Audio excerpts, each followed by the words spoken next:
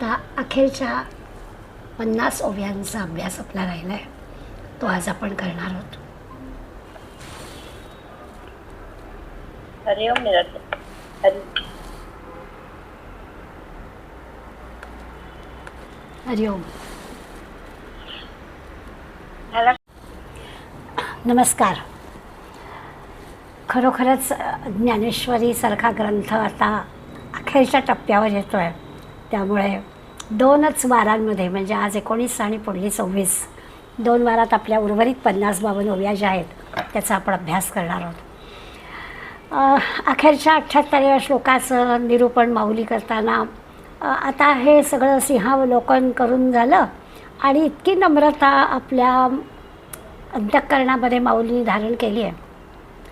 सद्गुरूंबद्दल तर त्यांच्या मनामध्ये अत्यंत प्रेम आहेच, पण तुम्हा आम्हा श्रोत्यांबद्दलसुद्धा माऊलींच्या मनात अतिशय प्रेम आहे.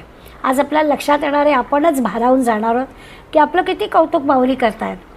त्यावेळेला माऊली ज्ञानेश्वरी सांगत असताना समोर असणारे श्रोते आणि आज आपण सगळेजण अभ्यास करणारे, त्या ग्रंथाचा अभ्यास करणारे श्रोते, या सगळ्यांबद्दल माऊलींच्या अंतःकरणामध्ये फार मोठी आदराची प्रेमाची भावना आहे हे आपल्याला कळेल. आज आपण 1766व्या ओवीपासून सुरुवात करणार आहोत. 1766व्या ओवीत माऊली म्हणतात, तरी पुरोहित गुणे मी बोलिलो पुरे उणे, ते तुम्ही माऊलीपणे उपसाही जोजी. उपसाही जो म्हणजे सहन करावं. मी जे काही बोलतो आहे ते तुम्ही आईच्या हृदयाने सहन करावं. किती नम्रपणा घेता आहेत बघा की तुम्ही आपण माऊलीला माऊली म्हणतो आहोत आणि ते आपल्याला म्हणतात की तुम्ही माऊलीसारखं माझे शब्द सहन करा, समजावून घ्या की सहन करा.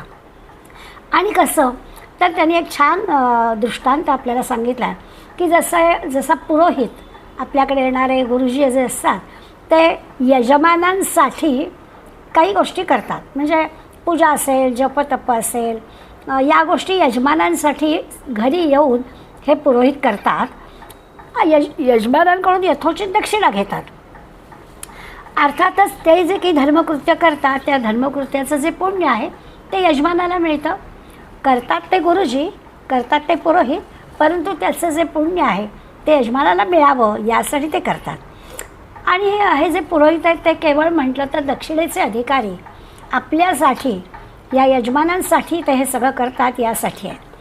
आता हीच गोष्ट माऊलींनी आपल्या या ग्रंथासाठी घेतले. ते म्हणाले, या ग्रंथाविषयी मी काय केलं आहे, या सद्गुरूंनी सगळं केलं आहे. मी कसं आता सद्गुरूंकडून दक्षिणा घेतली आहे आणि मी ते काम करतो आहे, पण ते सगळी पुण्याई जी आहे ती सद्गुरूंची आहे. असं ते मी म्हणे सगळं बोलतो आहे ना, तो पुरोहितांप्रमाणे बोलतो आहे. मी काही त्याचं पुण्य मला मिळणार नाही आहे. किंवा इथून आणखीन पुढे जाऊन ते म्हणत आहेत की नुसतंच माझं बोलणं आहे, या ग्रंथात जे काही उणं आहे, जी काही कमतरता आहे ते तुम्ही श्रोत्यांनी प्रेमाने सगळं सहन करावं. पुढल्या ओवीमध्ये म्हणत आहेत, शब्द कैसा घडीजे, प्रमेयी कैसे पाच अडीजे, अलंकारू म्हणीजे काय ते नेणे, मला काहीच कळत नाही आहे. माऊली स्वतःकडे किती कमीपणा घेत आहेत. ते शब्द कैसा घडीजे, कशी शब्दरचना करावी, एखादा सिद्धांत कसा मांडावा, किंवा एखाद्या भाषालंकार ज्याला म्हणतात ते भाषालंकार कसे वापरावेत, याचं ज्ञान मला नाही आहे. खरं तर हा मोठा अभ्यासाचा विषय आहे की ज्ञानेश्वरीमध्ये किती शब्दालंकार, किती अर्थालंकार आलेले आहेत, हे अभ्यास करण्याचा विषय आहे. आणि माऊली आपल्याला या ओवीत म्हणतात की मला यातलं काही कळत नाही आहे. पुढे म्हणतात, साई खडे याचे बाहुले, चालवी त्या सूत्राचे नि चाले, तैसे माते दावीत बोले स्वामी तो माझा. माऊलींनी बऱ्याचदा या कळसूत्री बाहुल्यांचा दृष्टांतासाठी उपयोग केला आहे. इथे पण ते म्हणतात की हे जे कळसूत्री बाहुल्या असतात तर सूत्रधार हलविल तसं त्या हलतात, तसं म्हणे माझं आहे. माझ्या स्वामींनी मला जशी आज्ञा केली आहे, जशी स्फूर्ती दिली आहे तसं तसं मी करतो आहे. माझं याच्यात काही नाही, माझे सद्गुरू जसं सांगतील तसं मी करतो आहे. आणि मग पुढे एकदम म्हणतात की असं असल्यामुळे जे काही गुणदोष आहेत ते मला कशाला लागतील, या लागी मी गुणदोष विशी क्षमाविना विशेष, जे मी संजात ग्रंथलो देख आचार्य की. आता म्हणतात की या गुणदोषांच्या विषयी मी फारसं बोलत नाही. माझ्या ग्रंथामध्ये काही उणीव राहिली असेल तर त्यासंबंधी मी काही फार बोलत नाही. कारण त्याचं असं आहे की ह्याच्यामध्ये अर्थ सांगितला आहे. गीतेसारख्या महत्त्वाच्या ग्रंथाचा मी प्राकृत भाषेमध्ये अर्थ सांगितला आहे, तेव्हा मी काही त्याबद्दल बोलत नाही किंवा मी क्षमाही मागत नाही. क्षमाविना विशेष क्षमा पण मागत नाही. याचं कारण असं आहे की जे मी संजात ग्रंथलो देख, मी जे काही ह्या ग्रंथात सांगितलं आहे ते आचार्यांनी सांगितलेलं, माझ्या सद्गुरूंनी सांगितलं आहे ना. त्यामुळे मी काय केलं आहे, त्यांनी जे सांगितलं ते मी तुमच्यापुढे फक्त मांडलं. म्हणजे जसं संकलन करावं आणि त्यांनी दिलेलं आपल्यासमोर मांडावं एवढंच काम मी केलं आहे. त्यामुळे याच्यामध्ये काही उणीव आहे का त्यासंबंधी मी क्षमा मागायचं याचं काही कारण नाही आहे. निवृत्तीनाथांनी तयार केलेलं जे काही होतं ते सगळं मी तुमच्यासमोर मांडलं आहे, ग्रथित करून मांडला एवढंच. आणि तुम्हा संतांची हे सभे जे उणीवेसी शक्य ठाके उभे, ते पूर्ण नोहे तै लोभे तुम्हासी जी कोपे. आणि मग या ओवीमध्ये माऊली म्हणतात की मी तुमच्यावर रागवणार नाही का, कधी काय कसं रागवणार नाही. असं आहे की तुम्ही सगळी संत मंडळी आहात. तुम्हा संतांची हे सभे, तुमच्यासारख्या संतांच्या सभेमध्ये समजा या ग्रंथामध्ये काही उणीव राहिलेली तुम्हाला समजली तर ती तुमच्या सामर्थ्याने पुरी होणारच आहे. ती उणीव तशी कशी ठेवाल तुम्ही, तुम्हाला ते कळणारच आहे आणि ती उणीव तुम्ही दूर करणारच आहात. बरं समजा ती तुम्ही केली नाही तर मीच आहे का तुमच्यावर रागवणार. म्हणजे लहान बालकाला जसं एखाद्याला वाटावं की अगं मला कळत नाही पण तुला कळतं आहे ना, मग तू का नाही मला सांगितलंस, असं जसं मुलं म्हणतील तसं माऊली आपल्याला म्हणत आहेत की तुम्हा संतांपुढे मी हे सगळं मांडलं आहे. त्यामुळे भले काही उणीव राहिली असली ती तुम्ही दूर करणारच. त्यामुळे मला त्याचं काही क्षमा वगैरे काही मागायची नाही. उलट मग मी रागवणार नाही का तुम्ही जसं केलं नाही तर. आपल्याकडे किती लहानपण घ्यायचं आहे, आपल्याकडे किती कमीपण घ्यायचं आहे, किती नम्र माऊली होत आहेत आणि आपल्याला कसं मोठं करतायत हे आपल्याला या सगळ्या ओव्यांवरून लक्षात येईल. पुढे म्हणतात शिवतैली आलेही परिसे लोहत्वाची अवदसे न मुकीजे आयसे तै कवणा बोलू. छान दृष्टांत दिला आहे. ते म्हणतात परिसाचा शिवलिया म्हणजे परिसाचा स्पर्श झाला आणि लोहत्वाची अवदसे आणि लोखंडाचं सोनं झालंच नाही. परिसाचा स्पर्श झाला आणि लोहत्वाची म्हणजे त्या लोखंड पण गेलंच नाही, त्याचा कमीपणा तसाच राहिला. न मुकीजे आयसे तै कवणा बोलू. आता असं झालं तर दोष कुणाचा, परिसाचा स्पर्श झाल्यावर लोखंडाचं सोनं होतं, पण तसं जर घडलं नाही तर दोष परिसाचा आहे. मी जो ग्रंथ तुमच्यासमोर मांडला आहे त्याच्यात काही उणीव राहिली तर दोष माझा नाही आहे. असं माऊली फार आपल्याकडे बालपण घेत आहेत, लहानपण घेत आहेत आणि धाकुलेपणाने आपल्याला सगळ्यांना मोठं करत आहेत. आणि हे जे लढिवाळपण आहे ते लढिवाळपणा फार जपत आहेत. आणखीन एक उदाहरण देत आहेत. वोहळे हेही करावे जे गंगेचे अंग ठाकावे, मगही गंगा जरी नोहावे तरी तो काय करी. निसर्गातली गोष्ट सांगितलं आहे की पाणी उताराकडेच नेहमी जातं. त्यामुळे ओहळामध्ये असलेलं जे पाणी आहे त्याच्यावर एवढीच जबाबदारी आहे की त्यांनी उताराकडे जात जात जात गंगेला जाऊन मिळावं, त्यांनी गंगा गाठावी. अगदी आहे, आपल्याला सगळ्यांना माहिती आहे की पाणी उताराकडे जातं आणि शेवटी ते पाणी नदीला आणि नदी समुद्राला मिळते. पण असं सगळं होऊन समजा इतकं सगळं असूनही ते पाणी समजा गंगेपर्यंत पोचलंच नाही. दोष कोणाचा, त्या ओहळाचा नाही. तो ओहळ बिचारा काय करणार, त्याची जी शक्ती होती त्या शक्तीप्रमाणे तो वाहत होता. आता नाही तो गंगेपर्यंत पोचला त्याला काय करणार. तसं माझं आहे, माझा दोष नाही. त्याच्यामध्ये काही ग्रंथामध्ये काही कमतरता राहिली तर माझा काय दोष आला, मी केले. मला जेवढी शक्ती होती त्या शक्तीप्रमाणे मी केलं. अशा पद्धतीने आपल्याकडे माऊली फार छान कौतुक करून घेत आहेत, लढिवाळ पण आपल्याकडे घेत आहेत आणि श्रोत्यांना म्हणतात तुम्ही संत आहात, तुम्ही मोठे आहात, तुम्ही काही उणीव ठेवणार नाही. त्या ग्रंथातली सगळी उणीव काय कमतरता असेल ती तुम्ही दूर करणार. म्हणून भाग्य योगे बहुवे तुम्हा संतांचे मी पाये, पातलो आता केला हे उणे जगी. आणि म्हणतात की भाग्ययोगे मोठ्या पुण्याईनं मोठ्या भाग्यानं मी तुमच्या सख्या संतांच्या चरणाशी आलो आहे. माऊली म्हणतात तुम्हा आम्हाला श्रोत्यांना म्हणतात की माझंच मोठं भाग्य की मी तुमच्या समोर आलो आहे, तुमच्या संतांच्या चरणाशी आलो आहे. आणि आता केल आहे उणे जगी, आता मला काय उणं राहणार ह्या जगामध्ये? आता काही मला उणं नाही, तुमच्या पायाशी मी आलो आहे. आता जे की आहे मला सगळं उदंड मिळालं आहे. दासबोधामध्ये समर्थांनी पण श्रोत्यांची वंदना करताना सुरुवातीला म्हटलं होतं, व्याघ्रसिंह भयानक देखोनी भयचकित लोक, परी त्यांची पिल्ली निशंक तयापुढे खेळती, तैसा तव संतांचा मी अंकित, तुम्हा संतांपाशी डोलत माझी चिंता, तुमचे चित्त सहायला सकी. अगदी हाच भाव समर्थांनी सुद्धा दासबोधामध्ये सुरुवातीलाच व्यक्त केला. ते म्हणतात की व्याघ्रसिंह हे अतिशय भयानक असतात, पण त्यांच्या पिल्लांना काय आलं आहे ते भयानक, पण त्यांची पिल्लं छान त्यांच्या अंगाखांद्यावर खेळत असतात की. तसंच माझं आहे, तुम्हा संतांच्याकडे मी आलो आहे, तर मला काही कसलं भय वाटत नाही. काय माझ्या ग्रंथामध्ये कमतरता राहिली, उणे पण राहिलं तरी मी बिलकुल चिंता करत नाही, कारण माझी जी काही चिंता आहे ती मी तुम्हाला देऊन टाकली आहे. अशा पद्धतीने श्रोत्यांना मोठं करतात ही संत मंडळी. खरंही किती मोठी आहेत.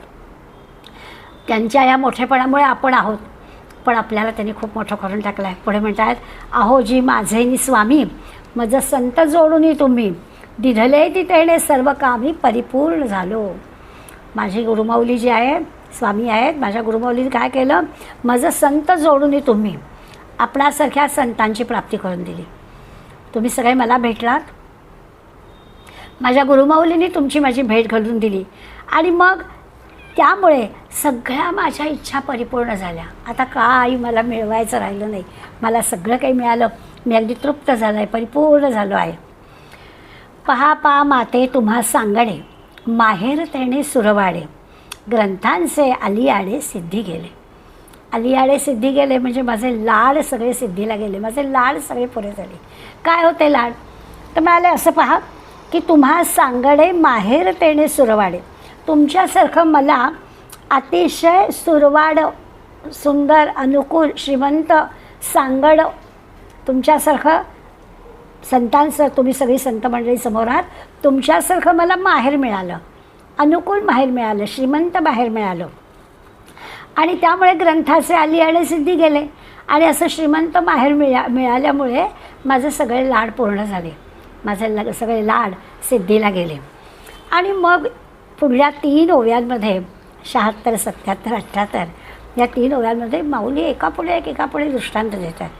काय म्हणतात ते, जो कनकाचे निखळ बोतू येईल भूमंडळ, चिंतारत्नी कुळाचळ निर्मू येते, साताई हो सागराते, सोपे भरिता अमृते, दुवाड नोहे तारांते चंद्र करिता, कल्पतरूंचे आराम लाविता नाही विषय, परी गीतार्थाचे वर्म निवडू नये. ह्या सगळ्या 3 ओव्यांमध्ये अशक्य वाटणाऱ्या गोष्टी माऊलींनी लिहिली आहेत, पण ते म्हणतात की या अशक्य वाटणाऱ्या गोष्टी पण शक्य होतील, पण गीतार्थाचं वर्म निवडू नये. पण हा जो गीतेचा अर्थ आहे लावणं आहे ना, ते फार अवघड आहे. किती अवघड आहे तर माऊली सांगतात, अहो कनकाचे निखळ ओतू येईल भूमंडळ, ते म्हणतात सगळा पृथ्वीचा गोल सोन्याचा करता येईल, सगळा पृथ्वीचा गोल सोन्याचा करता येईल. चिंतारत्नी कुळाचळ निर्मू येतील, चिंतामणीचे पर्वत निर्माण करता येतील. सोन्याची पृथ्वी तयार करता येईल, चिंतामणीचे पर्वत तयार करता येतील. सातही सागराते सोपे भरिता अमृते, अहो 7 समुद्रसुद्धा अमृताने भरणं सोपं आहे. पहा बरं माऊलींच्या एक उपमा. आणि हा सगळ्यापेक्षा गीतेचा अर्थ लावणं अवघड आहे. हे सगळं अशक्य वाटणाऱ्या गोष्टीसुद्धा माऊली म्हणतात शक्य करता येतील. पृथ्वी सोन्याची करता येतील. तो सगळे पर्वत जे आहेत ते चिंतामणीचे, चिंतामणीच्या रत्नांनी ते पर्वत तयार करता येतील. सगळे सागर 7 सागरसुद्धा अमृताने भरता येतील. इतकंच नाही तर दुवाड नोहे तारांते चंद्र करिता, या सगळ्या तारका आहेत ना, चांदण्या आहेत ना, या सगळ्या चांदण्याला मी चंद्र करेन. कल्पतरूंचे आराम, आराम म्हणजे बाग, कल्पतरूंच्या बागा लावीन. सगळ्या गोष्टी मला शक्य होतील. आता या सगळ्या आपल्याला अशक्य वाटणाऱ्या गोष्टी आहेत, असं कसं होईल? बागा कशा सगळ्या आपल्याला कल्पतरूंच्या करता येतील? कसं काय आपल्याला चांदण्या सगळ्या चंद्र करता येतील? पृथ्वी कशी सोन्याची करता येईल? चिंतामणींचे कसे पर्वत करता येतील? समुद्र कसे अमृताने भरता येतील?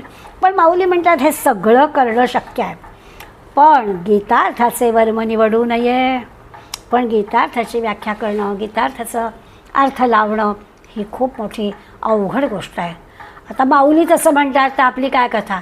गेली 10 वर्ष, आपला 12.5 वर्ष हा उद्योग चालला आहे. किती समजलं किती कळलं तो भाग बाजूला, पण 12.5 वर्ष झटापट करूनसुद्धा आपल्याला लक्षात आलं आहे की फारच काही कळलं आहे, याच्यातला काही भाग नाही आहे.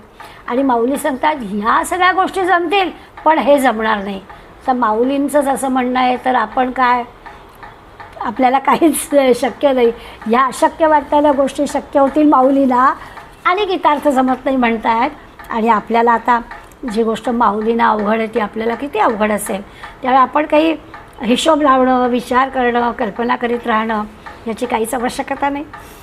तो मी ऐकू सर्व मुका, बोलोनी मराठी या भाका, करी डोळेवरी लोका घेऊन यायचे.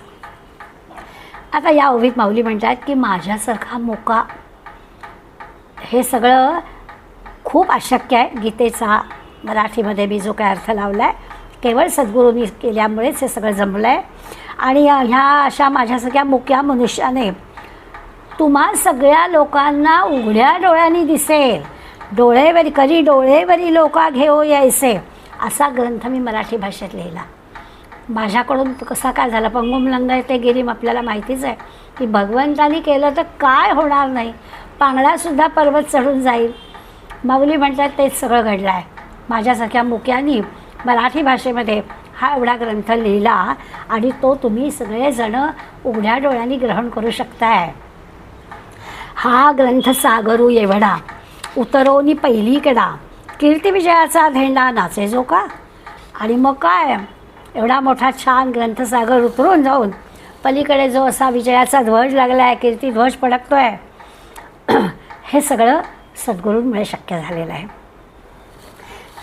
छान वर्णन केलं आहे. ते म्हणतात की एक हे मंदिरच तयार झालं आहे. गीतार्थाचा आवारू, कळसेची महामेरू, रचुनी माझी श्री गुरु लिंग जे पूजे. गीतेच्या अर्थाचं आवार, 18 अध्याय भगवंतांनी गीतेचं ज्ञानेश्वरीमध्ये प्राकृत भाषेत जे काही रूपांतर केलं ते जणू काही आवार आहे. आणि ह्या आवारात हा तो 18वा अध्याय जो आहे तो कलश अध्याय आहे. आणि त्या आवारामध्ये जे मंदिर छानपैकी सगळ्या अध्यायांचं मंदिर आहे, त्या गीतेच्या आवारामध्ये जे काही अध्यायांचं मंदिर बांधलं आहे त्याच्यात हा कळसाचा अध्याय आहे. आणि आतमध्ये जो काही मूर्ती आहे, शिवलिंग आहे, ती म्हणजे काय आहे तर ती ग्रंथ आहे. माझा ग्रंथ ठेवला आहे गीतेच्या आवारामध्येच तयार केला, म्हणजे गीतेचाच अर्थ लावलेला आहे. त्यामुळे गुरु जो किंवा देव म्हणून ज्या पूजा करायचे, शिवलिंग म्हणून ज्याचे प्रतिष्ठापना करायचे, ती मी काय केले, ती ग्रंथद्वारा ग्रंथ तयार करून मी त्या शिवाची पूजा करतो आहे, भगवंताची पूजा करतो आहे. छान दृष्टांत आपल्याला समजावून सांगितला आहे. पुन्हा एकदा ही ओवी आपण वाचूया. गीतार्थाचा आवारू, कळसेसी महाभेरू, रचुनी माझी श्रीगुरु लिंग ये पूजी. म्हणजे गीतेचा जो हा अर्थ लावला आहे त्या अर्थरूपी मंदिर आहे. आणि या अर्थरूपी मंदिराची काय झालं आहे तर अखेरचा जो भाग आहे, 18वा अध्याय जो शिखर आहे, कळस आहे, या 18व्या अध्यायाची कळस म्हणून योजना, शिखर म्हणून योजना केलेली आहे. आणि मग सद्गुरूरूपी शिवलिंगाची स्थापना त्या मंदिरामध्ये केली आहे.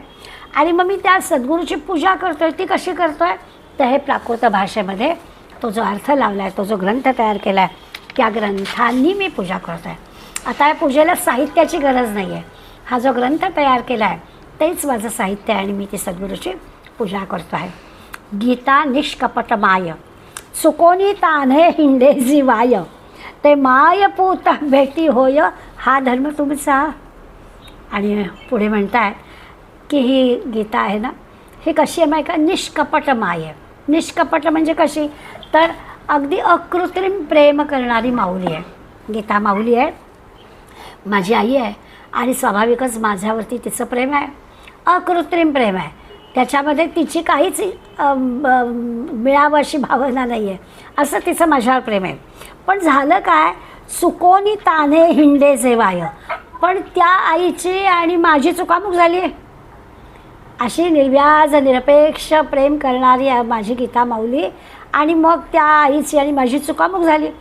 मी तान्हं बाळ हिंडे जे वाय, इकडे तिकडे हिंडत राहिलो. आईची माझी चुकामुक झाल्यामुळे मी वायफळ भटकत राहिलो, इकडे तिकडे हिंडत राहिलो. ते माय पूत भेटी होय, त्या मायलेकांची पुन्हा भेट घडते आहे. हा धर्म तुमचा. आणि हे सगळं कुणामुळे घडतं आहे तर तुमच्या कृपेमुळे घडतं आहे. त्या गीता माऊलीची आणि माझी भेट तुम्ही मला परत घालून दिली असं माऊली आपल्याला सांगतात. नाहीतर मी इकडे तिकडे भटकत होतो. त्या माऊलीशी माऊली माझ्यावर एवढं प्रेम करत होती, परंतु मी काहीच करत नव्हतो. मी आपला वायफळ इकडे तिकडे भटकत होतो. माझी आणि तिची चुकामुक झाली होती. पण तुमच्यामुळे त्या गीता माऊलीची आणि माझी भेट झाली. फार मोठी कृपा तुमची माझ्यावर आहे. ते माय पूत भेटी, आईची आणि मुलाची भेट, हा धर्म तुमचा. हे सगळं तुमचा धर्म म्हणजे तुमची कृपा आहे म्हणून हे घडलं. तुम्हा सज्जनांचे केले आकळूनी जी मी बोले, ज्ञानदेव म्हणे ठेकुले तैसे नोहे. आपल्याला सगळ्यांना ते म्हणत आहे की तुम्ही सज्जनांनी माझ्याकरता खूप पुण्यकर्म केलं आहेत. तुम्हा सज्जनांनी केले आकळूनी जी मी बोले, इतकं पुण्यकर्म तुम्ही केलं आहे. ते सगळं समजूनच मी तुम्हाला हे सांगतो आहे. माझी आणि माझ्या मातेची तुमच्यामुळे भेट झाली, गीतेची आणि माझी भेट झाली. आणि हे सगळं मी समजून बोलतो आहे की तुम्ही माझ्यासाठी खूप पुण्य केलेलं आहे. ज्ञानदेव म्हणे ठेकुले तैसे नोहे. आणि मी जे काही हे वर्णन करतो आहे ते ठेकुलच आहे, थोडंसंच आहे. खूप काही आहे त्यातलं मी थोडंच तुम्हाला सांगतो आहे. तुम्ही खूप पुण्य केलं आहे, तुमचं मोठेपण खूप आहे. मी आपलं तुम्हाला थोडंसं वर्णन करतो. तुमचे पुण्य मात्र वर्णन करताच येणार नाही असं आहे. काय बहु बोलो सकळा, मेळविलो जन्मफळा, ग्रंथसिद्धीचा सोहळा दाविला जोहा. आणि आणखीन काय बरं सांगू, काय बहु बोलो सकळा, आणखीन काय सांगावं. केवढे तुमचे उपकार आहेत माझ्यावर. हा जो सगळा ग्रंथसिद्धी होते आहे, ग्रंथ सगळा तयार होतो आहे, हा सगळा सोहळा आपण पाहतो आहोत, त्यांनी माझ्या जन्माचं सार्थक झालं आहे. तुमच्यामुळे मी हे काम करू शकलो आहे आणि माझा जन्म सार्थकी लागलेला आहे. मी या जैसी आशा केला तुमचा भरवसा, ते पुरवणी जी बहुवसा आणि सुखा.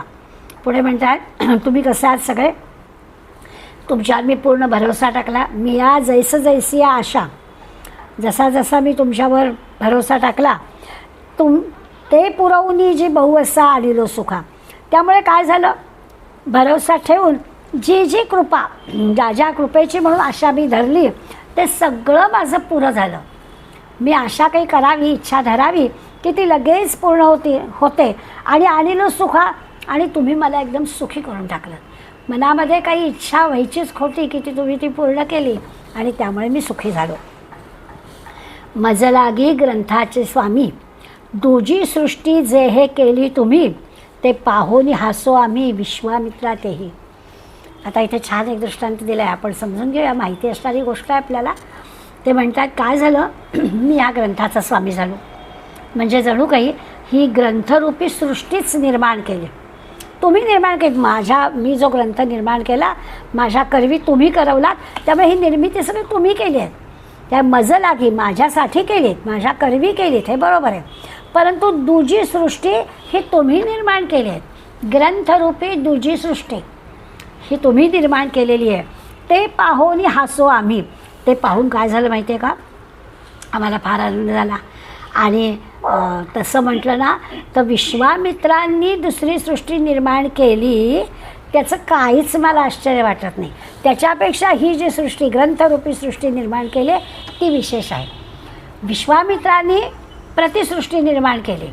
आपल्याला सगळ्यांना कथा माहिती आहे की स्वतःला ब्रह्मर्षी पद मिळावं यासाठी त्यांनी अनेक गोष्टी केल्या आणि इतकं कर्तृत्व होतं, इतकी साधना, इतकी उपासना होती की त्यांनी प्रतिसृष्टी निर्माण केली.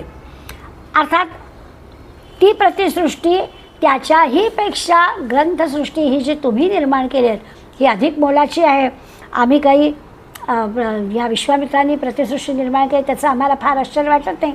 असं का म्हटलं आहे तर लगेच त्याचं कारण माऊली पुढल्या ओळीत आपल्याला सांगतात की तुम्ही जी ग्रंथसृष्टी निर्माण केली आहात माझ्याकरवी केली आहात, बरोबर आहे, पण तुमची ही गोष्ट निर्मिती आहे, तुम्ही माझ्याकडे हे काम करून घेतलेलं आहे. ती प्रतिसृष्टी जी आहे ती ग्रंथसृष्टी आहे, ती विश्वामित्राच्या प्रतिसृष्टीपेक्षाही अधिक मौल्यवान आहे. कसं? त्याचं कारण सांगतायत. जे असोनी त्रिशंकुद्देशे धातयाही आणावे बोसे, ते नासते की जे की ऐसे निर्माते नाही. ते काय म्हणतात? त्याचं असं कारण आहे की त्यांनी या त्रिशंकूच्या उद्देशानं ती प्रतिसृष्टी निर्माण केली. आपल्याला सगळ्यांना कथा माहिती आहे की त्या प्रतिसृष्टी निर्माण करण्यामध्ये कारण काय होतं? ते त्रिशंकूच्यासाठी तो उद्देश होता. म्हणजे कुठून तरी त्या ब्रह्मदेवाला कमीपणा आणावा. ब्रह्मदेवानी संबंधसृष्टी निर्माण केली आहे, त्या ब्रह्मदेवाला कमीपणा आणावा एवढ्या हेतूनच ती केली होती की मी कशापेक्षा कमी नाही आहे, त्यामुळे तुम्ही मला ब्रह्मर्षी पद द्यायला पाहिजे. आणि यासाठी म्हणून त्यांनी ही प्रतिसृष्टी निर्माण केली. तर उद्देश त्याचा वेगळा होता. ही जी प्रतिसृष्टी आहे ती पुन्हा नाश पावणारी त्यांनी केली आहे. त्यामुळे आपली जी ग्रंथरूपी सृष्टी आहे ती तशी नाही आहे. आपल्या कोणा एकासाठी कोणा या उद्देशासाठी अशी नाही आहे आणि नाश पावणारी पण नाही आहे. एकट्या माझ्याकरताच ती केलेली नाही आहे, सगळ्यांकरता ती प्रतिसृष्टी निर्माण केली आहे. इतकंच काय, जी संबंधसृष्टी ब्रह्मदेवानी निर्माण केली आहे त्या ब्रह्मदेवाला देखील आपण केलेल्या ग्रंथसृष्टीचा आनंद झाला आहे. कारण ही ग्रंथसृष्टी जी आहे ती कायम टिकणारी आहे, ती अविनाशी आहे. म्हणून विश्वामित्रांच्या सृष्टीची उपमा आपल्या ह्या ग्रंथसृष्टीला देता येत नाही. फार सुंदर माऊलीने हे केलं आहे की आपल्याला ब्रह्मर्षीपद मिळावं आणि ब्रह्मदेवाला उणेपण आणावं अशा हेतूने जी काही प्रतिसृष्टी निर्माण केली ती काही महत्त्वाची नाही. तुम्ही जी ही माझ्या करवी ग्रंथसृष्टी निर्माण केली आहे ती अविनाशी आहे, सर्वांना आनंद देणारी आहे. ती फक्त माझ्यापुरती मर्यादित नाही, ती सर्वांसाठी आहे, अगदी ब्रह्मदेवाला सुद्धा आनंद देणारी आहे. म्हणून त्यांची तुलनाच होऊ शकत नाही. ह्या माझ्या ग्रंथरूपी सृष्टीशी विश्वामित्राच्या प्रतिसृष्टीशी तुलनाच होऊ शकत नाही. अजून एक छान दृष्टांत देत आहेत. शंभू उपमन्यूचेही मोहे क्षीरसागरही केला आहे, येत तोही उपमे सरी नोहे जे विषगर्भकी. अहो त्या भगवान शंकरांनी उपमन्यूसाठी क्षीरसागर दुधाचा सागर निर्माण केला. भगवान शंकरांनी उपमन्यूची भूक शमवण्यासाठी दुधाचा सागर निर्माण केला. पण या ग्रंथसृष्टीला ती पण उपमा देता येत नाही. कारण तो जो क्षीरसागर निर्माण केलेला आहे त्या क्षीरसागरातून जी 14 रत्न निघाली त्या 14 रत्नांमध्ये एक विष पण होतं. इथे तसं नाही आहे. त्यामुळे हा जो ग्रंथ आमचा आहे, ही जी शब्दसृष्टी निर्माण केली आहे, ग्रंथसृष्टी निर्माण केली आहे, ही सगळीच्या सगळी ज्ञानामृत देणारी आहे. त्यामुळे क्षीरसागर चांगला आहे, ठीक आहे, त्यांनी निर्माण केला, त्याच्यामधून 14 महत्त्वाच्या गोष्टी बाहेर आल्या, पण त्याच्यामध्ये एक वस्तू विषाची पण होती. आमच्या या शब्दसृष्टीमध्ये, या ग्रंथसृष्टीमध्ये असं काही नाही, सगळं अमृतानीच भरलेलं आहे. त्यामुळे ही पण उपमा आमच्या या ग्रंथसृष्टीला देता येत नाही. अंधकारू निशाचरा गिळिता सूर्ये चराचरा, धावा केला तरी खरा ताऊनी तो. ते म्हणतात की अंधाररूपी राक्षस आहे समजा, तर त्या अंधाररूपी राक्षसाने सगळ्या चराचराला गिळून टाकलं समजा, तर काय होईल? तर त्या सगळ्या चराचराविषयी सूर्याला दया येईल आणि सूर्य धावत येईल. म्हणजे अंधार घालवण्यासाठी सूर्य येईल.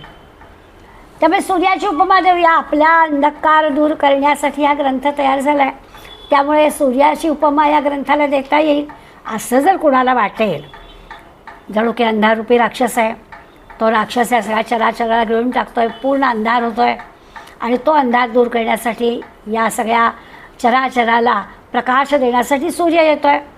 फार सूर्याची मोठी दया आहे, आपल्या सगळ्यांवर कृपा आहे, अगदी बरोबर आहे. पण ही सुद्धा उपमा या आमच्या ग्रंथसृष्टीला देता येत नाही. कारण काय?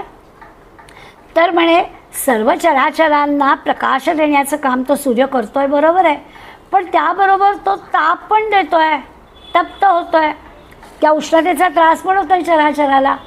त्यामुळे एकीकडे तो प्रकाश देण्याचं काम करतो आहे, अंधकार दूर करतो आहे, गोष्ट बरोबर आहे, परंतु नुसता अंधकार दूर झाला म्हणून नाही, तर तो ताप देतो आहे. आमची शब्दसृष्टी जी, आमची जी ग्रंथसृष्टी आहे या ग्रंथसृष्टीमध्ये ताप नाही. तर काय आहे, ह्या ग्रंथामुळे अज्ञानरूपी अंधकार तर दूर होणारच आहे आणि त्रिविध तापांचा नाश होणार आहे. सूर्याची पण उपमा फिकी पडते. सूर्यप्रकाश देईल पण उष्णता त्याच्याबरोबर देईल आणि ती नाही सहन होणार. इथे तसं नाही होणार.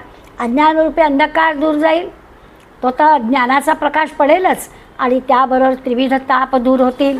त्यामुळे सूर्याची पण उपमा आमच्या ह्या ग्रंथाला, आमच्या या शब्दसृष्टीला, ग्रंथसृष्टीला उपयोगी पडणारी नाही. आणखीन सांगतात, तातलिया जगा कारणे चंद्रे वेचिले चांदणे, तया सदोषा केवी म्हणे सारिखे हे. बरं, समजा शीतलता देणाऱ्या चंद्राची उपमा देऊन बघूया. सूर्याची तर उपमा नाहीच योग्य, ठीकच आहे. मग या तापलेल्या जगाला शांत करण्याचं काम चंद्र करतो. त्यामुळे चंद्राचं हे शीतल चांदणं आपल्याला मिळालं की छान वाटेल. पण काय झालं माहिती आहे का, चंद्राची उपमा पण देता येत नाही, कारण चंद्र कलंकित आहे, चंद्रावर डाग आहेत. चंद्र हा क्षयरोगाने ग्रस्त आहे, तो क्षय होतो. 15 दिवसामध्ये वाढत वाढत पौर्णिमेपर्यंत जातो, मग कमी कमी होत अमावस्येला नाहीसा होतो. त्यामुळे असं नाही चालणार. आमच्या ग्रंथाचं तसं नाही आहे. ह्या ग्रंथाला ती पण उपमा देता येत नाही. हा ग्रंथ त्रिविध तापांची तर निवृत्ती करतोच आणि जगाला मोक्षरूपी शांती प्रदान करतो. त्यामुळे चंद्राच्या शांतता त्याच्यापुढे फिकी पडते. आपला हा मोक्ष शांती देणारा, निष्कलंक असणारा, अक्षय असणारा असा हा ग्रंथ आहे. त्यामुळे ह्या ग्रंथाला चंद्राची पण उपमा नाही देता येत. म्हणून तुम्ही मज संती ग्रंथरूप हा त्रिजगती, उपयोग केला तो पुढती निरुपमजी. आणि म्हणून तुम्ही संतांनी माझ्याकडून हे जे काही काम करून घेतलं आहेत ना, त्याचा त्रैलोक्याला उपयोग होईल. सगळ्या त्रिभुवनात सगळीकडे त्याचा उपयोग होईल, कायमस्वरूपी उपयोग होईल. आज 750 वर्ष झाली तरी आपणही तो ग्रंथ अभ्यासतो आहोत. जिथे माणूस म्हणून जोपर्यंत या पृथ्वीवर आहे तोपर्यंत हा ग्रंथ त्याला शांती, क्षमा देतच राहील. त्यामुळे ही जी ग्रंथ निर्मिती तुम्ही माझ्याकडून करून घेतली ती निरुपमा आहे, त्याला उपमाच देता येत नाही असं माऊली सांगतात. किंबहुना तुमचे केले धर्मकीर्तन हे सिद्धी नेले, येत माझे चिवरले पायीकपण. आणखीन काय सांगू, माझं निमित्त केलं आहे तुम्ही आणि माझं निमित्त करून हा जे काही गीतार्थ माझ्याकडे तयार करून सिद्धीला नेला आहे. कर्म, भक्ती, ज्ञान, योग ह्या सगळ्या मार्गाने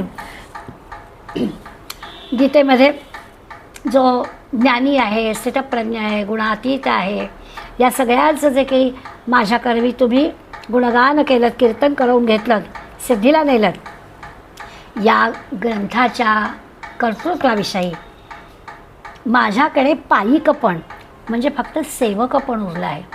एवढं छान तयार झालं, कुणाची उपमा त्याला देता येत नाही आहे. निरुपमा असा ग्रंथ तयार झाला आहे, पण त्या ग्रंथाचा मी सेवक आहे. माऊलीने आपल्याकडे पायी करून घेतलं की हे सगळं सिद्धीला गेलेलं आहे. जे जे आपल्याला हवं आहे त्या सगळ्या गोष्टी, ज्ञानयोग, ध्यानयोग, कर्मयोग, भक्तियोग, हा सगळा त्याच्यात वर्णन केलेलं आहे. सगळ्या ज्ञानी माणसाची, स्थितप्रज्ञाची, गुणातीताची लक्षणं त्याच्यामध्ये सांगितलेली आहेत. हे सगळं झालेलं आहे. खरोखरच तुम्ही हे सगळं माझ्याकडून करून घेतलं आणि या ग्रंथाचं स्वाभाविकच निमित्त झालं आणि मी त्याचा पायिक म्हणजे मी त्याचा सेवक झालेलो आहे. आता खरं तर ना, या ओवीपाशी ज्ञानेश्वरी संपली आहे, म्हणजे 18वा अध्याय संपला आहे. सामान्य आम्हाला हे सगळं भारतीय तत्त्वज्ञान सहजपणे समजावं म्हणून हा सगळा माऊलीने खटाटोप केला आहे. खरोखरच काळजाला थेट भिडेल अशा प्रकारची भाषा माऊलीने अनेक ठिकाणी वापरली आहे. भक्तीचं महात्म्य आपल्याला सांगितलं आणि हे जे सगळं तत्त्वज्ञान आहे ते सोप्यात सोपं कसं सगळ्यांना समजेल असा त्यांनी प्रयत्न केला. सगळ्यांना उलगडून दाखवलं आहे तत्त्वज्ञान. हे जे काही माऊलींचं, आता खरं म्हणजे त्यांना माऊली म्हटलं आहे, आईजवळ वात्सल्य असतं, त्यामुळे माऊलींजवळ असणारं वात्सल्याचा अनुभव आपण घेतो आहे आणि माऊली आम्हाला वात्सल्याच्या मूर्ती म्हणतात. पण हे सगळं ब्रह्मज्ञान जे आहे, ब्रह्मरसपान जे आहे ते माऊलींनी आपल्याला घडवलं. जिथे जिथे म्हणून माऊलींचे शब्द आहेत, जेथे जेथे संपत्ती आणि दया दोन्ही वसती आलिया ठाया. दोन्ही जर एका ठिकाणी वस्तीला आल्या दैवी संपत्ती, आपण आपल्या भौतिक संपत्तीबद्दल बोलत नाही आहे, दैवी संपत्ती, दैवी गुण आपण सगळे पाहिले, आणि दया, या 2 गोष्टी जर एकत्र आल्या म्हणजे या तर काय होईल, तर परमेश्वराची आपल्याला अनुभूती येईल, परमेश्वराची आपल्याला प्रत्यक्ष दर्शन होईल, परमेश्वराची आपल्याला पक्की ओळख येईल. हा अनुभव माऊलींना म्हणजे याचं प्रत्यंतर माऊलींना आलं आहे. आणि हे त्यांना आलेलं प्रत्यंतर तुम्हा आम्हाला यावं याच्यासाठी ते लोकांसाठी, लोकोद्धारासाठी, लोककल्याणासाठी ही सगळी जबाबदारी घेतात की आपल्याला जी गोष्ट कळली आहे ती इतरांना कळावी, आपल्याला जो आनंद मिळाला आहे तो सर्वांना मिळवून द्यावा, याच्यासाठी ही लोककल्याणाची, लोकोद्धाराची जबाबदारी जणू काही माऊलीने घेतली आणि हे सगळं काम त्यांनी केलं. आता ते म्हणतात की हे कर्तृत्व माझं नाही, परंतु आपण म्हणायला पाहिजे की हे जे काही माऊलींचं कर्तृत्व आहे त्याला दुसरी उपमा देता येत नाही. माऊलींचं कर्तृत्व माऊलींच्या कर्तृत्वासारखंच. त्यानंतर आजपर्यंत अशा प्रकारचा ग्रंथ कुठेही झालेला नाही. त्यामुळे 18व्या अध्यायामध्ये आपण आपल्याला विचार येतो, ह्या ओवीपर्यंत आलो की असं वाटतं की खरंच जिथे वेदांचा विचार केलेला आहे, म्हणजे जणू काही असं म्हणूया वेदांच्या पर्वतावरती किंवा वेदरूपी रत्न आहेत, त्याच्यामध्ये उपनिषद आहेत आणि याच्यातून जी काही रत्न काढलेली आहेत व्यासमुनींनी, ती व्यासमुनींनी गीतेच्या रूपानं तुमच्या आमच्यासमोर दिली.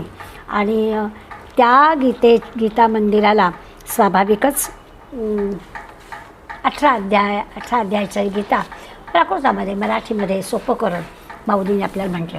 आपण जे 18व्या अध्यायाचा आता विचार केला तो कलसाध्याय आहे, त्याला एकाध्यायी गीता असं पण म्हणतात की सगळं समालोचन त्याच्यामध्ये आलं आहे, सिंहावलोकन आलं आहे. पुन्हा सगळे 17 अध्याय जे झाले त्या 17 अध्यायातला महत्त्वाचा विषय त्याच्यामध्ये आला आहे. त्यामुळे जे काही 700 श्लोकामध्ये सिद्धांत तत्त्व मांडली त्या सगळ्याचं सार या 18व्या अध्यायाला आहे असं आपल्याला दिसेल. आणि जे काही प्रत्येक जीवाला हे का सगळ्यांना का उपयुक्त आहे, तर प्रत्येक जीवाला जे काही संसार यातना, संसार दुःख जे काही आहे ते संसार दुःख जावं, त्या यातना संपाव्यात, यासाठी एक उपाय या गीतेमार्फत आपल्याला मिळतो आहे. त्याच्यामधून जे ज्ञान प्राप्त होणार आहे तो मोठा आपल्याला ह्या दुःख जाण्यासाठी उपाय म्हणून सांगितला आहे भगवंताने. आणि त्याच्यासाठी ते आपल्याला सगळं तत्त्वज्ञान जे आहे त्याच्यासाठी स्पष्ट करत आहे. त्याग म्हणजे काय, संन्यास म्हणजे काय, हे त्यांनी आपल्याला सांगितलं. अगदी सोपं करून सांगायचा प्रयत्न केला आहे. आणि कर्म करून त्याचं फळाचा विचार करायचा नाही, त्याला त्याग म्हणायचं. काम्य कर्म करायचं नाही, त्याला संन्यास म्हणायचं. निषिद्ध कर्म, काम्य कर्म करायचं नाही, त्याला संन्यास म्हणायचं. हे जमलं की ज्ञानाचा अधिकार आला. हे सगळं आपल्याला तत्त्वज्ञान सोपं करून माऊलींनी सांगितलं. आता देह असेपर्यंत हे सगळं करायचं, पुण्यकर्म करायची, निषिद्ध कर्म करायचे नाहीत, आणि हृदयस्थ असणारा जो भगवंत आहे त्या हृदयस्थ असणाऱ्या भगवंताला शरण जायचं. या गोष्टी जमल्या की मग सगळं छान सुखच आहे, कल्याणच आहे, आनंदच आहे. अर्जुनाला भगवंत त्याच्या बाजूला आहे, त्यामुळे त्याचा विजय आहे, त्याच्यामध्ये आनंद आहे, त्याच्यामध्ये सुख आहे, असं आपण 78व्या श्लोकाचा अर्थ बघताना पाहिलंच आहे. हे सगळं अभ्यास करताना आपण एका पुस्तकाचं वाचन केलेलं आहे, त्या पुस्तकाचं स्मरण झालं, त्याची आठवण करून देते सगळ्यांना. माहिती आहे सगळ्यांना की गीतेच्या गाभाऱ्यात या नावाचं न्यायमूर्ती रामकिशोर रानडे यांनी आपल्या पत्नीला लिहिलेली पत्र आहेत. 36 पत्र न्यायमूर्तीने आपल्या पत्नीला लिहिली आणि गीतेच्या गाभाऱ्यात सगळी गीतेविषयी आहेत. तिच्या मनात गीतेविषयी असणाऱ्या शंका, गीतेचं तत्त्वज्ञान सोपं करून सांगण्यासाठी तिने केलेली विनंती आणि यांनी त्या पत्ररूपाने तिला दिलेली उत्तरं, असं फार सुंदर गोड संवाद त्याच्यामध्ये आहे.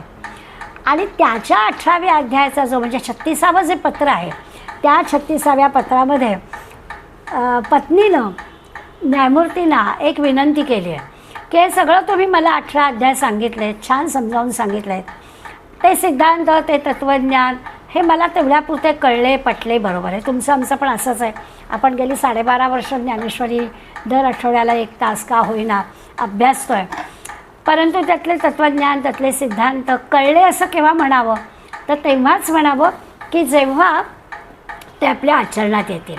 आणि म्हणून स्वाभाविकच पत्नीनं त्याला म्हटलं की याचं मी काय नेमकं घेऊ आणि काय करू, कसं वागू, माझ्यासारखी सामान्य स्त्रीनी काय करायला पाहिजे, म्हणजे या तत्त्वज्ञानाचा मी अभ्यास केला असं होईल, ते मला तुम्ही सांगा. आणि मग न्यायमूर्तीने 18 अध्यायातलं अगदी थोडक्यामध्ये प्रत्येक अध्यायातून तू काय करायचंस असं तिला सांगितलं आहे, पत्नीला सांगितलं आहे. तुम्हा आम्हाला पण त्याचा नक्कीच उपयोग होणार आहे. आपण पण अगदी थोड्या वेळामध्ये या 18 अध्यायामध्ये आपल्याला काय करता येईल याचा विचार करूया. आणि मग खऱ्या अर्थाने आखायच्या ज्या उभ्या आपल्या आहेत त्या पुढल्या मंगळवारी आपण घेऊया. त्यांनी म्हटलं पहिला अर्जुन विषाद योग आहे. या अध्यायातून आपण काय शिकायचं?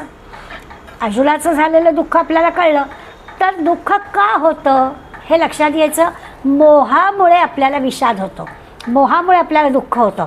त्यामुळे मोह वाटता कामा नये. मोह निरसन हे खरं म्हणजे गीतेचं कार्य आहे. गीता आपल्याला शिकवते की मोह संपला पाहिजे. गीता सांगून झाल्यावर भगवंतानी अर्जुनाला विचारलं तुझा मोह गेला का? तेव्हा अर्जुनाने उत्तर दिलं नष्टो मोहा. हो, माझा मोह संपला. आपल्याही मनामध्ये हा विचार हवा की मोह कसला होतो? आसक्तीमुळे मोह होतो, ममत्वामुळे मोह होतो. तर हा मोह माझा दूर गेला पाहिजे. अर्जुनाप्रमाणे आपणही श्रीकृष्णाला शरण जायचं. अर्जुनाचा मोह गेला कारण अर्जुन श्रीकृष्णाला शरण गेला. तसं तुम्ही आम्ही सुद्धा आपल्याला या ममत्वामुळे, आपल्या आसक्तीमुळे मोह होतो, तो मोह बाजूला करण्याचा प्रयत्न करायचा. तो करण्यासाठी भगवंताला शरण जायचं. अगदी अर्जुनासारख्या रुजू मनाने, रुजू अंतःकरणाने आणि असं शरण गेलं, मनाचे लगाम त्याच्या हातात दिले की मग त्याला सारथी करून टाकायचं की आपलं काम झालं. सांख्ययोगामध्ये मोठं तत्त्वज्ञान भगवंतांनी सांगितलं, आत्मा अमर आहे असं. हा तर गीतेचा सिद्धांतच आहे. आणि हा सिद्धांत समजला तर काय होतं, तर मृत्यूचं भय राहत नाही. दुसरं असं की प्रत्येक काम म्हणजे प्रत्येक कर्तव्य आपलं हे देवाचं नाव घेऊन करायचं, म्हणजे मग आपल्याला पराकाष्ठेचा आनंद मिळतो. दुसरा अध्याय जो आहे ज्ञानयोगाचा, सांख्ययोगाचा, तो आपल्याला देतो. आणि आनंद हेच फळ आहे. त्या कर्माचं जे काही भौतिक फळ मिळेल किंवा न मिळेल, परंतु आनंद हे फळ लगेच आपल्याला प्राप्त होईल. बाह्य फळाचा विचार करायचा नाही. ते मिळालं किंवा नाही मिळालं तरी दुःख मानायचं नाही. फळाची आशाच न धरता काम करायचं आहे. तर त्याच्यासाठी आपण कर्तव्य कर्म करत राहायचं, चांगल्या पद्धतीने कर्म करायचं. बाह्य फळ मिळतंच, चांगलंच मिळतं. आणि याच अध्यायात स्थितप्रज्ञाची लक्षणं, मुक्त कोण, गुणातीत कोण, ज्ञाननिष्ठ कोण, हे आपल्याला गीतेत सांगितलं. तर आपणही त्याचे आदर्श मानायचे, म्हणजे ते गुण आपल्यामध्ये कसे येतील याचा प्रयत्न करायचा. तिसरा जो अध्याय आहे त्याच्यामध्ये प्रत्येक कर्म भगवंताला अर्पण करून करायचं आहे. कर्मयोगाचाच आहे. वाईट कर्म होणारच नाही. जर भगवंताला अर्पण करून कर्म केलं तर वाईट कर्म होणारच नाही. आणि मग कामक्रोधांवर ताबा मिळवायचा, अशा पद्धतीने कर्मयोगाचा विचार केला आहे. तो आपण करावा. आपले कामक्रोधच आड येतात, तर ते आपल्याला त्याच्यावर ताबा कसा मिळवता येईल याचा प्रयत्न करावा. चौथा आणि पाचवा हे जे 2 अध्याय आहेत, ज्ञान कर्म संन्यास योग आणि कर्म संन्यास योग, याच्यामध्ये पुन्हा काम्य कर्माचा त्याग भगवंतांनी करायला सांगितला आहे. यालाच संन्यास असं म्हणतात. काम्य कर्माचा त्याग करणं म्हणजेच संन्यास, म्हणजे फळाची अपेक्षा न करता कर्तव्य कर्म करणं म्हणजे संन्यासी होणं.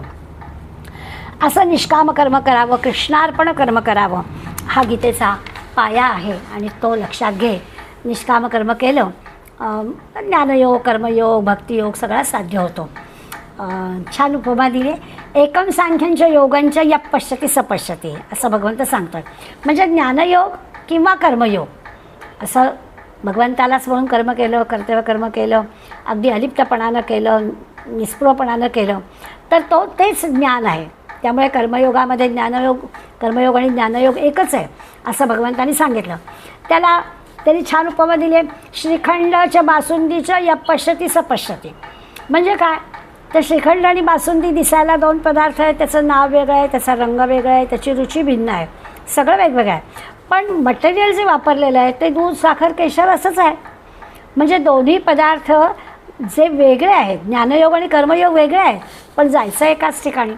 अशा पद्धतीने छान घरगुती उपमा देऊन त्यांनी आपल्याला सांख्ययोग आणि ज्ञानयोग आणि कर्मयोग, सांख्य म्हणजे ज्ञान, तो सांगितला. 6व्या अध्यायामध्ये ध्यानयोग सांगताना ते म्हणतात मनात विचार नको. ध्यान करायचं म्हणजे काय, तर मनामध्ये विचार येऊ द्यायचा नाही, निर्विकल्प असं मन झालं पाहिजे. आता ही गोष्ट खूप अवघड आहे, म्हणून ते सल्ला पत्नीला देतात, आपल्यालाही तो योग्य वाटेल. तर ते म्हणतात तू असं कर की असं काही निर्विकल्प विचार रहित असं मन करता येणं कठीण आहे. मग काय करायचं, एकच देवाचाच विचार करायचा आणि त्या ईश्वराच्या विचारामध्येच दुसरे कुठले विचार येऊ द्यायचे नाहीत, असं जमू शकेल. आणि त्याला निर्विकल्पच म्हणायचं, फक्त ईश्वराचा विचार करायचा, असं जमलं तर ते निर्विकल्पच आहे, त्यांनी तुला परमशांतीचा अनुभव येईल. 7वा जो आहे तो ज्ञान विज्ञान योग आहे. एकच एक अविनाशी परमेश्वर आहे हे समजणं म्हणजे ज्ञान होणं, की सगळीकडे ईश्वर भरलेला आहे. आणि हा एकाच ईश्वराने काय केलं आहे, तर तो अविनाशी आहे. त्या अविनाशी ईश्वराने सगळे विविध जे विश्व निर्माण केले ते नाशिवंत पदार्थ निर्माण केले.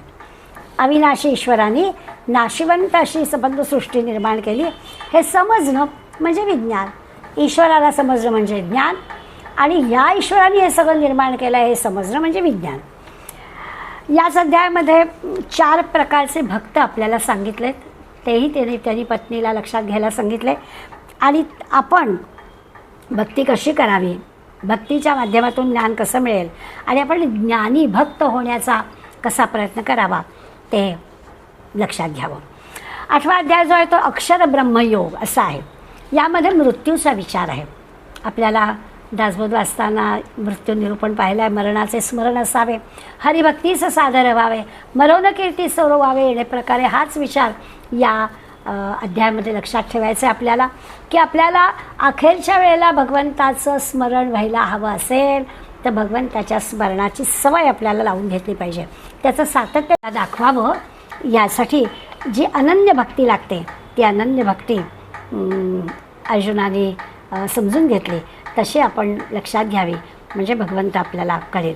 12वा अध्याय भक्तियोगाचा. यात भगवंत सांगतात, पुन्हा दासबोधाची आठवण होते की सगुणाचे आधारे निर्गुण पावीचे निर्धारे, सारासार विचारे संत संगे. तसं इथे आहे की निर्गुण भगवंत कळायला हवा, पण निर्गुण भगवंत कळायला थोडेसे क्लेश आहेत, त्रास आहे. सगळ्यांना निर्गुण निराकार भगवंत कळत नाही आहे, सगुणाचा आधार घेऊनच निर्गुणाकडे जाता येतं. अगदी उदाहरण द्यायचं म्हटलं तर लक्ष्मण हा रामाचा सगुण भक्त आहे आणि भरत आहे तो रामाचा निर्गुण भक्त आहे. खरं म्हणजे दोघंही थोर. म्हणजे जेव्हा भरताला प्रत्यक्ष रामरायाबरोबर असणार नाही आहेत म्हणून त्यांनी काय केलं तर त्याच्या पादुका मागून घेतल्या, त्याच्या आधारे राज्य केलं. या अध्यायामध्ये सुद्धा भक्ताची 36 लक्षणं भगवंतांनी सांगितलेलं आहे. पती पत्नीचा संवाद आहे तर रामकेशव रानडे आपल्या पत्नीला म्हणतात की अगं 36 गुण जमावे लागतात तेव्हा पत्रिका जमते. या 12व्या अध्यायामध्ये भगवंताशी आपली पत्रिका जोडली पाहिजे. भगवंताशी 36 गुण जमले की आपलं काम झालं. 13वा अध्याय तो क्षेत्रज्ञाचा आहे. क्षेत्र म्हणजे शरीर आणि क्षेत्रज्ञ म्हणजे या देहाला जाणणारा. याच्यात सुद्धा या क्षेत्रज्ञाला जाणायचं असेल तर 20 सद्गुणांची यादी दिली आहे. 20 सद्गुण आपल्याजवळ पाहिजेत, ते अंगी आणण्याचा आपल्याला प्रयत्न करायला हवा. खरं तर 2ऱ्या अध्यायामध्ये स्थितप्रज्ञाची लक्षणं सांगितली, 12व्या अध्यायामध्ये भक्ताचे गुण सांगितले, 13वा अध्यायात ज्ञानाची लक्षणं सांगितली. या सगळ्यामध्ये साम्य आहे आणि हे सगळे गुण आपण आत्मसात करण्याचा प्रयत्न करावा. 14वा अध्याय जो आहे तो गुणत्रय विभाग आहे. याच्यामध्ये सत्वरजतमाचा विचार केला आहे. आपण सात्विक होण्याचा प्रयत्न करावा. अर्थात सात्विक होण्याचा प्रयत्न करताना सात्विकतेचा अहंकार येणार नाही याची पण आपल्याला काळजी घ्यावी लागेल. त्यामुळे गुणातीत व्हायचं आहे, सत्वगुणाच्याही पलीकडे जायचं आहे.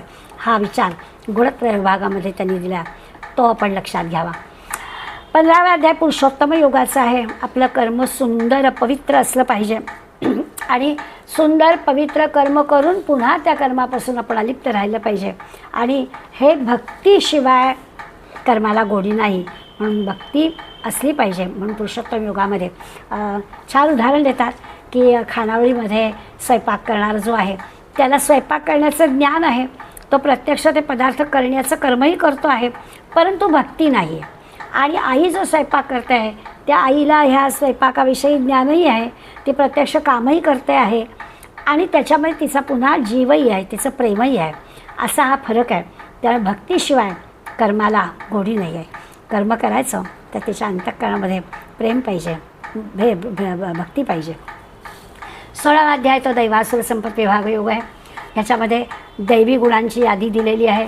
26 दैवी गुणं भगवंतांनी आपल्याला सांगितले आणि 6च आपले असुरी गुण सांगितले. त्या 6मध्ये सुद्धा 3 महत्त्वाचे सांगितले की कामक्रोध लोभ, हे जे 3 असुर आहेत, असुरी गुण आहेत, ते जर गेले तर उरलेले 3 आपोआप जातील. तर यावर आपल्याला विजय मिळवायला हवा. आपोआप बाकीचे येतील आणि प्रयत्न करायचा. कामक्रोध जाणं की एवढी गोष्ट सोपी नाही आहे. पण पत्नीने विचारलं आहे की प्रत्येक अध्यायात मी काय काय करू, ते सांगतायत की या कामक्रोधावर विजय मिळव, आपोआप बाकी सगळ्या गोष्टी मिळतील. 17वा अध्याय तो श्रद्धात्रय विभाग आहे. 3 प्रकारची श्रद्धा सांगितली, सात्विक, राजस आणि तामस. आपण सात्विक होण्याचा प्रयत्न करायचा आहे. आपले विचार सात्विक, आपला आचार सात्विक, आपलं बोलणं सात्विक, आपल्या सगळ्या गोष्टी सात्विक असतील असा प्रयत्न कर. आणि 18वा अध्याय मोक्ष संन्यासाचा आहे. गीतेचा एका अर्थाने उपसंहार आहे, कलसाध्याय आहे. काम्यकर्म सोडणं म्हणजे संन्यास. पुन्हा एकदा भगवंतांनी यामध्ये आपल्याला सांगितलं, यज्ञ, दान, तप ही सगळी कर्म टाकायची नाही आहेत, सगळी कर्म करायची आहेत, फक्त फळाची अपेक्षा ठेवायची नाही. अशा पद्धतीने कर्म करायचे. असे कर्म करण्यामध्ये आनंद असतो. भगवंताला स्मरून प्रत्येक कर्म करायचं. प्रत्येकाच्या हृदयामध्ये भगवंत आहे असं समजून अंतरंगातल्या देवाला स्पर्श झाला, तो अंतरंगातला भगवंत कळला की मग ना त्या अंतरंगातल्या ईश्वराच्या ह्या विचाराला असा काही छान कोंब फुटतो की अंतरंगामध्ये आनंदच आनंद, परमशांतीचा अनुभव आपल्याला घेता येतो. आणि अशी परमशांती त्यांच्या पत्नीला आणि ऐकणाऱ्या तुम्हा सगळ्यांना प्राप्त व्हावी, ह्याच्यासाठी हा थोडासा धावता आढावा आपण घेतला. आता अखेरच्या उभ्या राहिल्या आहेत त्या आपण पुढल्या मंगळवारी घेऊया. पुढल्या मंगळवारी आपला ग्रंथाचा समारोप होईल. धन्यवाद.